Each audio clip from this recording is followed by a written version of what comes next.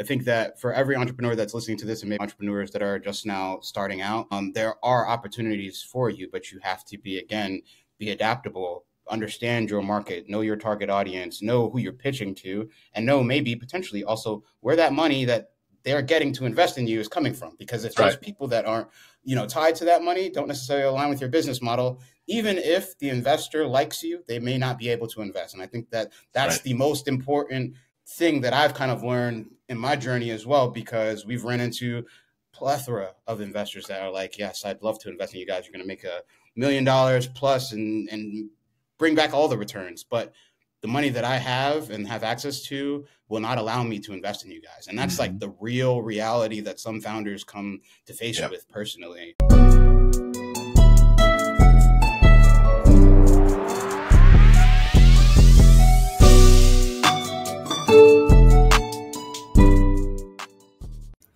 What's up, family? Welcome back to another episode of Yall Working. I am your host, Michael Ogunsanya.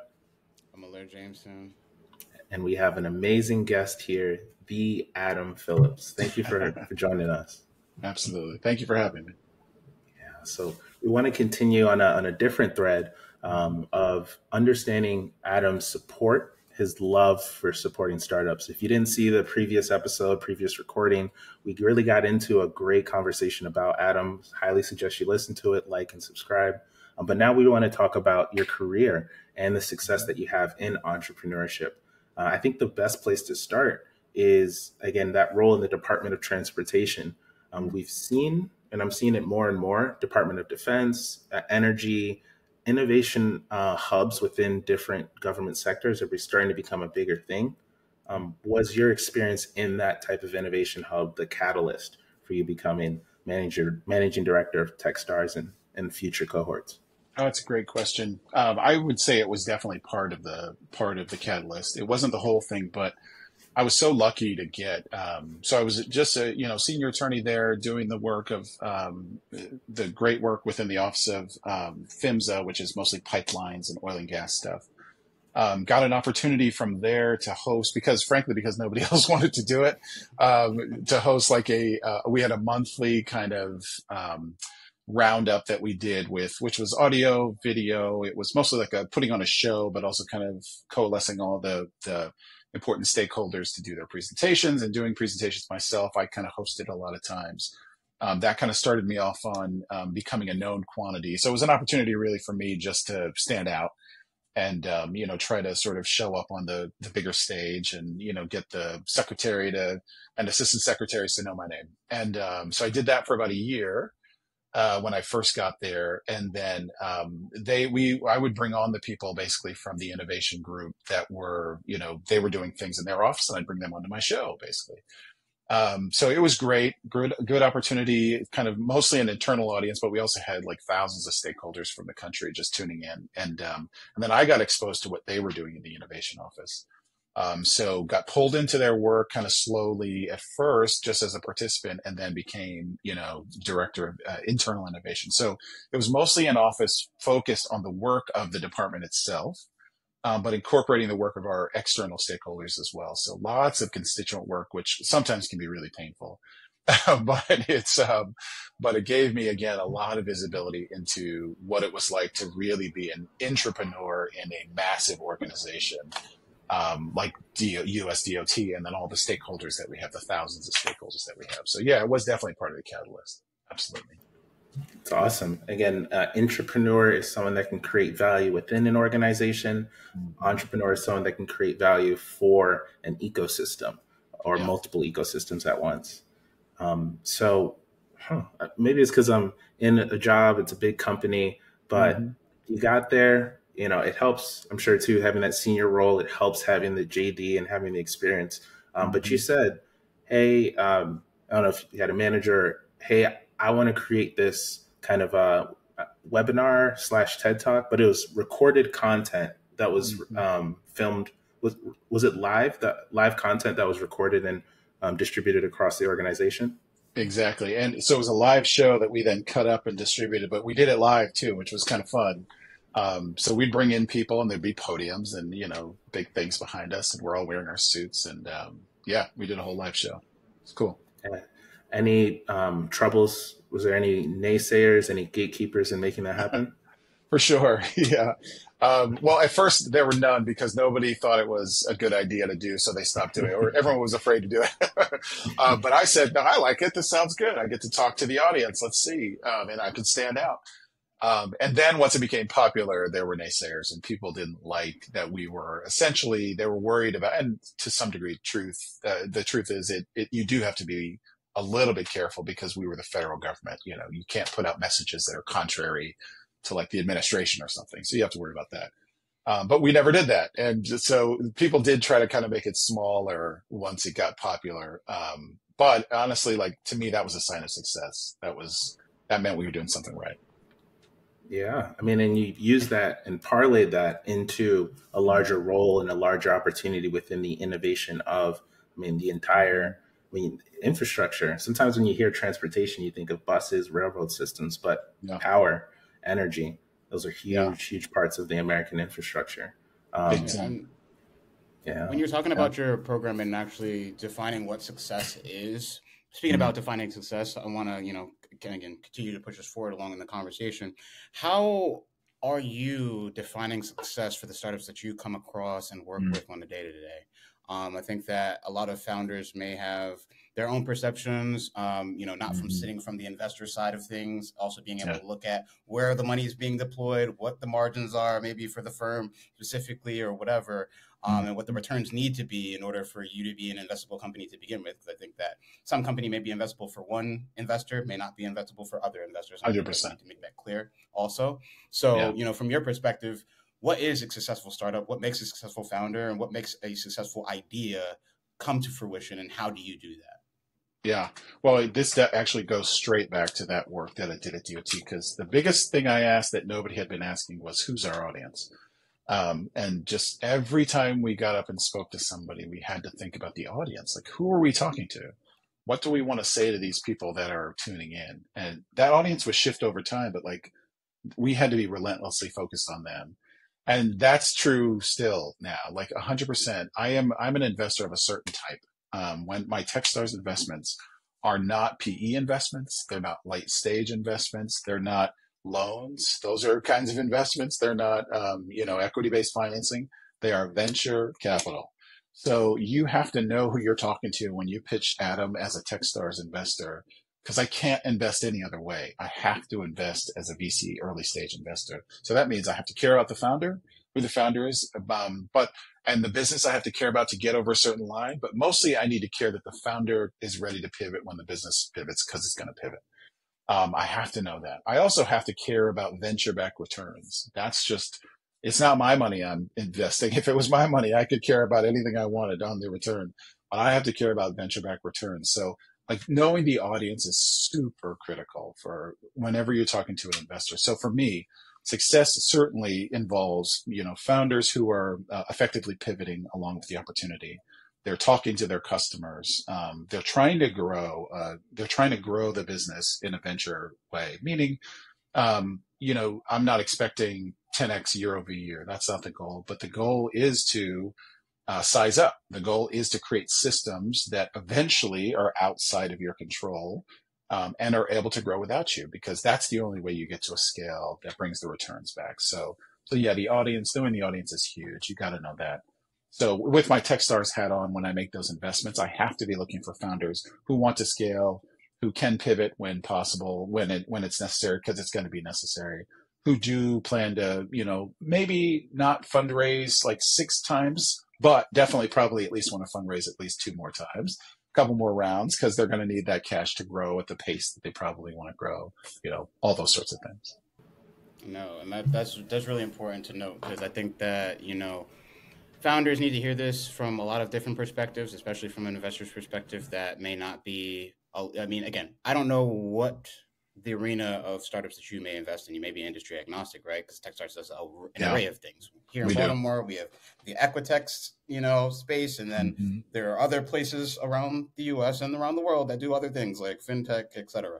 So, I think that for every entrepreneur that's listening to this, and maybe entrepreneurs that are just now starting out, there are opportunities for you, but you have to be adaptable, understand your market, know your target audience, know who you're pitching to, and know maybe potentially also where that money that they're getting to invest in you is coming from. Because if those people that aren't, tied to that money don't necessarily align with your business model, even if the investor likes you, they may not be able to invest. And I think that that's the most important thing that I've kind of learned in my journey as well, because we've run into plethora of investors that are like, yes, I'd love to invest in you guys. You're going to make $1 million plus and bring back all the returns. But the money that I have and have access to will not allow me to invest in you guys. And that's like the real reality that some founders come to face with personally. And I just want to personally put that out there because that's been my experience, right? I don't know if that's been Adam's experience or Michael's experience. I mean, we've been through the trenches together, Michael. So, we've been through that ringer. But as far as, entrepreneurs just getting in and understanding their market and what's successful for them and what's going to make them pop off, I appreciate you, for shedding some of those gems, to the public and to our audience. And I would say, by the way, I still run through that too. Like when I first was a founder and we were fundraising for the venture-backed startup I went to, I had to hit that same wall that just in my face. I was calling people to either ask them for their business or money. And I had my own agenda and I knew what my agenda was, but I didn't know theirs. And not understanding their agenda is going to kill you because you get a no and you think the no is for like a personal reason. It's a rejection of you or your business, or you have a terrible idea. And it's not that. Maybe they just they don't have any money right now because they invested all the money already and they're in the fallow period before they do follow-on funding. Or maybe like you said, their LPs demand this kind of founder and you're this kind of founder. There are a million reasons to get no's. And when you misinterpret the no's because you just don't know your audience, it gets you down and you start to feel sad. And sometimes it's just because you don't know the vocabulary. We've got to be more curious about the people we're talking to and also more discerning, frankly. Not all money is good money. You don't want all money. I actually have discouraged some people from taking, I love you, Techstars, but from taking Techstars money because they're too far along. I'm like, you are going to be unhappy with me. Because your business is too big and I would take too big of a chunk at this stage and you're going to be mad at me in 3 months. And I don't want you mad at me because this is a long-term relationship. So I've discouraged people from taking my money because, not all money is the same. You gotta find the money that fits you. So. And I definitely appreciate that because that's out of the norm from a lot of the people that we've run into, unfortunately, also, right? Because, it's just being real with people at the end of the day, right? I think that also goes a long way, just making sure that you really do care about the individual. So you're going to make sure that, hey, regardless of whether or not the options are on the table, I'm going to let you know that this is probably not the best option for you. And here's why. And I appreciate you even making the attempt to make sure that you're explaining that to some founders that, come into contact with you on a day-to-day. So appreciate that on behalf of the industry. Michael, did you have something? Yeah, just when we're thinking of vocabulary, something that's worth knowing is consensus or conviction. 90% of the VCs that you're going to work with operate off of either consensus or conviction. There's that 10% that have a really great, amazing rubric. And again, they're not PE, they're not late stage. Consensus is we have to get 8 out of the 10 partners to agree. Sometimes that works. Sometimes it's a beautiful, long-lasting VC. Sometimes it's people feeling like their voice is never heard. But there's certain VCs where you have to understand it may make sense to connect with every venture partner, even though you're talking to a specific one. It may be important to ask, well, what are you currently investing in right now? And what's in your pipeline, your deal flow? Conviction is, and you see this sometimes, and that's why it's worth traveling. New York, LA, San Francisco, Atlanta, you meet the partner and he or she or they just like you. They like who you are, what you do. And for people who are in that circumstance, don't feel bad asking them for money. Don't feel bad asking them for a meeting. Don't feel like, oh, because this is my sister's friend or my ex's best friend that I don't want to mess up the relationship. Take advantage of either understanding this is a conviction where someone will go to bat and move your deal along as long as you be frank and honest with them. Or again, it's a consensus thing. You have to play the game and you will get the money. Yeah, money is such a it's so loaded emotionally for all of us that like it's separating yourself from the emotion, I think, is really important. And you're so right, Michael. You've got to be able to define like, okay, this is the group I'm talking to, and this person represents this in this group. Even like there's a whole thing on Twitter going around, don't talk to associates or something like that. I was like, what are you talking about? I remember Like, that. that's insane. That is crazy. Now, the reality is, yes, some associates can't write checks. Lots of them can't write checks themselves. But typically what happens is they are the people who will champion your job to your deal to the person who does. So why would you not talk to them? That's crazy. But like understanding how the system works, who's in front of me, who is this person I'm talking to, has everything to do with being successful. And then to me, the other thing is like, this goes back, this is a life thing. Like you better know what you're about. Like you better walk into that meeting being like, this is our value. We are the asset. I tell this to the companies all the time. They're the asset. I need to invest in assets. It's them. They're the ones. Like I have the money, but it's not my money, first of all. And secondly, if I don't put the money to work, Techstars will fire me.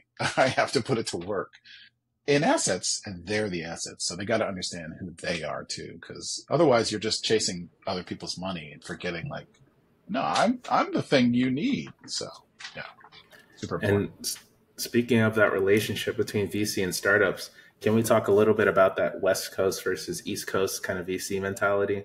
I know there's rap beef going on, so maybe I should say West Coast and East Coast, but how do you pitch an office that has headquarters in San Francisco versus one that has headquarters in Manhattan, just off of stereotype, if we may? Yeah, no, the stereotype is generally helpful actually in this instance. So I would say West Coast is more risk on and East Coast is more risk off. That's not always true, of course, but like that is a general take you can I think pretty much rely on like over 50% of the time. Meaning like West Coast money tends to be relatively new money that wasn't won over 40-year careers in the federal government. 2 generations down that grew in banks and is conservative because it grew over time. That's East Coast money. West Coast money is like, oh crap, like we came up with this great idea and all of a sudden our options hit and, we're multimillionaires. We got to put this money to work. That's risky money that's ready to sort of put it to risk again. That money tended to be the biggest bankroll that sort of amassed on the West. And so like when you're pitching West Coast, that tends to be who you're pitching. East Coast tends to be like Maryland, I think has something like the fourth most accumulated wealth per household, I think in the country. We're number 4, I think. So there's tons of money that's sitting around on the East Coast, Maryland, New York, Massachusetts, Rhode Island, tons of money. But it tends to be generational money, longer term, or that, long career money where somebody was an attorney for the federal government for 45 years and then retired. And you don't think they're not writing you a $150,000 check to take a flyer on your, angel check to take a flyer on your startup. They're not going to do it because, they know what it took them to earn $150,000. They're not going to write you that check. So it's just 2 different ways to pitch. It's awesome. So, having the market competition, having the business model really thought through, having the financials done well is something that you need to do. Really both sides, but especially on the East Coast, be prepared for those conversations. Be prepared. Yeah, they're going to ask. Yeah. So let's go down to where we are locally now. Again, finding yourself in what is the Baltimore ecosystem. There is the large DC ecosystem as well. Maybe let's highlight on what are the nuances and like the beauty of the Baltimore ecosystem. Yeah, Baltimore. I'm from Buffalo originally, which is where I am now. And Buffalo and Baltimore remind me of each other a lot. They're like big, small towns. So they're old cities with, long histories, but that have gotten they've shrunk a little bit because young people like me have decided they want to go other places. When I was young, I'm not young anymore. But they still remember, they still have long memories and rich histories and tons of resources and great infrastructure. And Baltimore's like that. Baltimore is, we're so great to have a partner, Upsurge. And they do a thing every Tuesday, which is, Equitech Tuesday, you guys have probably talked about.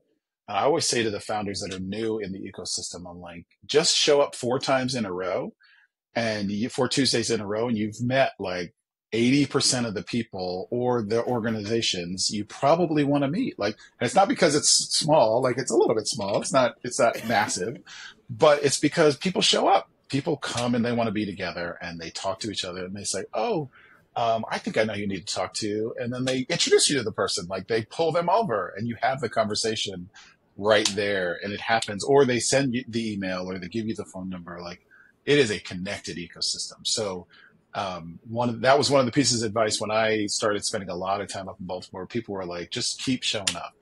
And it has definitely paid dividends. And I think it does over and over. Baltimore wants to be together. The ecosystem wants to champion each other. They want to see each other win. Now, of course, there's competition at some levels, but it's still down homey enough and small townish enough that everybody's still kind of cheering for each other. So I love that. Yeah, definitely feel that as like a 2-year Equitech, like every Tuesday warrior. I can relate to that. So even in you describing that, it makes me think of, again, that term we heard in 2020. Some people understood it, some people didn't. Equitech. When you describe that interwoven community of people looking beyond, any factors and just trying to help the person versus the industry and the industry implications of equitable technology to improve the livelihoods of people at scale. What does Equitech mean to you? Yeah, it's a great question. It's so funny because it is wild to hear people's different definitions. They all hover around the same, but they're all sort of unique. And it's like a little bit like the folds of a diamond or something like that, which is fun. But for me, anytime I'm looking for Equitech businesses, I'm looking for growth businesses. But depending on who's running it, who started it, how they're going to run it, or where they're going to run it, this is a business that's going to essentially kind of like, farm itself into the community in a way that's unique and is meant to be additive and not subtractive. That's what I think about when I think about Equitech. So, we're still looking for growth. We're still looking for people who want to build big. I want to build billionaires all over the place, but I want those billionaires as they build to build in specific places with specific people. I want them to build when they can do jobs in the U.S. versus somewhere else. I want them to be in the U.S. When they can fill their boardroom with 50% women and 50% men, I want them to make that choice. Like that's what I'm looking for. And it is a bit amorphous. Of course, we're not I don't give the founders enough money to make really hard and fast rules for, how they run their businesses after they spend 3 months with me. I wish I did. But what we're really doing, I'm looking for certain kinds of founders, and, we're looking for those founders who are going to run those businesses in that way. And we're, essentially my job, I feel like part of my job is to cast that vision for them. And make that something that kind of is part of the DNA of the founding, at least or the sort of the propulsion of the founding of their business. And if I do that, I feel like I've been successful, even though I can't guarantee where they end up. But yeah, I feel like I need to cast that vision for them. Wow. So companies that interweave DEI within their founding structure that want to focus on building something within their communities, those businesses, already exist in Atlanta, they exist in Indianapolis, they exist in Cairo, but there's something unique worth championing with Equitech companies in Baltimore. Yeah, no, in Baltimore, again, Baltimore is special because it's not like even Atlanta. I love Atlanta, but Atlanta you can get lost in just as easily as you get lost in New York. It's hard to get lost in Baltimore. Like, it's a massive East Coast city on a major train line with, 4 literal, world-class cities right next to it. And it's one of, it's an up and comer, and you can still get a house for under 300,000 some spots. Like, it is in a unique position, and being able to sort of capitalize on growing that city, being part of growing that city in a way that's thoughtful is special, So yeah, you can get lost in Atlanta. You're not going to get lost in Baltimore, and everyone's going to be cheering for you. Not everybody, but almost everybody will be cheering for you. I'm realistic too, Yeah, I appreciate that. Yeah. That was a perfect way to wrap up a conversation about purpose and just opportunity, and weaving those in together is it's like a beautiful thing. So, I mean, thank you so much for your time. Thank you for Thank you sharing guys. this. Demo day's coming up soon. Want Yeah. to make sure we can support. How can people reach you? Awesome. Yeah, May 30th is demo day, so that'll be a big ecosystem day. I'm excited for that. We're at the M&T Bank Exchange, so that'll be really fun. Plenty of space. If you reach myself or Darius Clare, so Darius, I'm going to give Darius his email too. Sorry, Darius. Darius's email is darius.claire, Darius dot Claire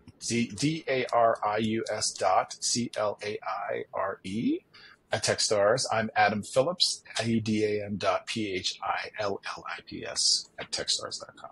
Either one of us, we can get you on the list, and yeah, we'll move you forward. Looking forward to it. Thank you so much, Adam. Thank you, guys. Appreciate it. This was fun. Peace.